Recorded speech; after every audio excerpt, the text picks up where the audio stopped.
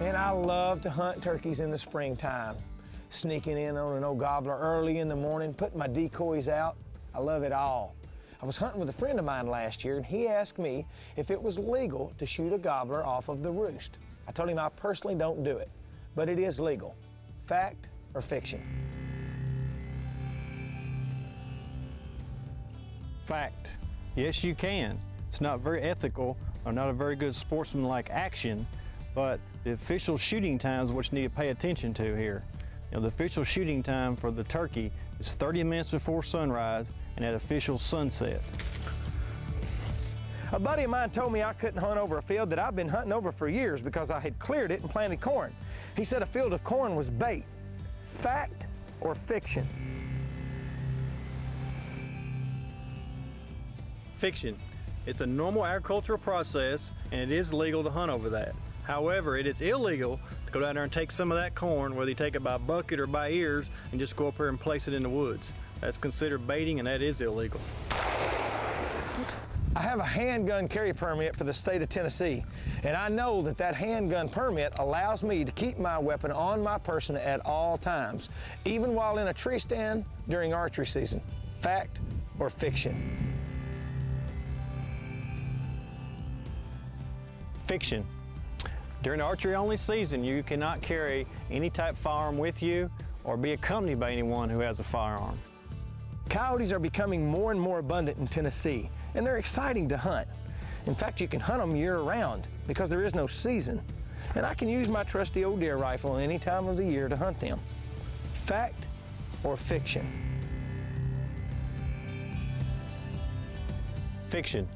The thing to remember hunting coyotes, that whatever season is in, you can only use that firearm or that hunting implement that is legal at that time. For example, if small game season is in, the only thing you could use then would be like a .22 rimfire, or you could use a shotgun with number 4 shot or smaller. Make sure to pick up a copy of your latest hunting regulations to learn more about what we saw today, as well as other important laws. You know, folks, there's nothing more exciting for us deer hunters than sitting in a tree stand, waiting for the moment when that whitetail crosses our path.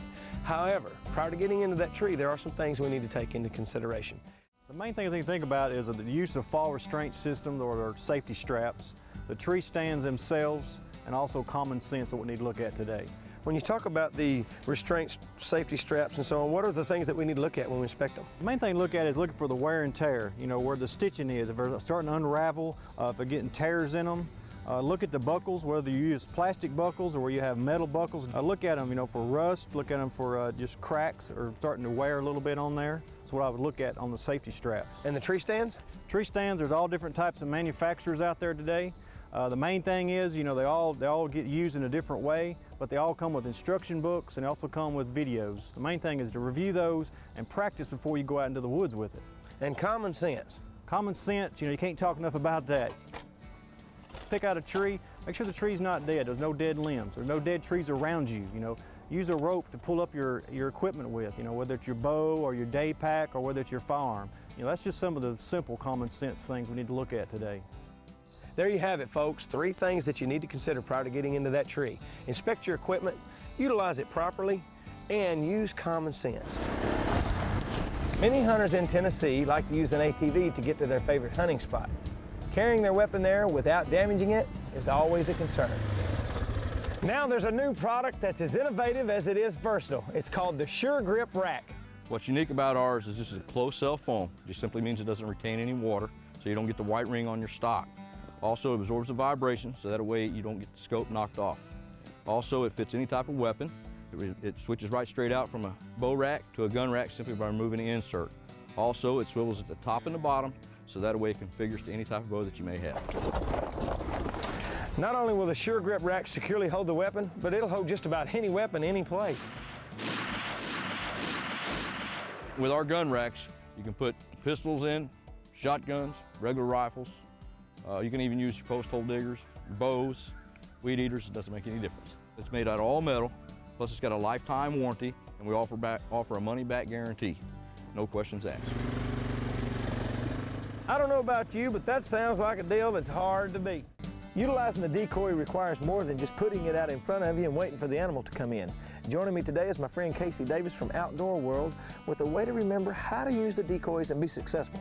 Absolutely, Craig. The acronym decoy, beginning with the letter D. Make sure that you are downwind of your decoy. And that's more important with some decoys than others. Yes, it is. Not as important to be downwind of a turkey as it is a deer or a predator decoy. E, engagement area. Want to make sure that you're thinking safety first. What's beyond your intended range of fire? C? C, concealment, camouflage. You want to make sure you're very concealed. But not concealing the decoy. Absolutely, it has to be remained open. O, observation area. You want to make sure you can observe in many different directions. Y, yardage. Want to know your yardage to your decoy also. It's more important when you're using a bow, I imagine, too. Absolutely. Archery, very important to know your range. With black powder or a rifle, not as important. But know the capabilities of the weapon. Absolutely. There you have it, folks. A very simple way to remember how to use that decoy and be successful. It's the acronym decoy. But remember to call your local wildlife agency to find out when and where you can use the decoys.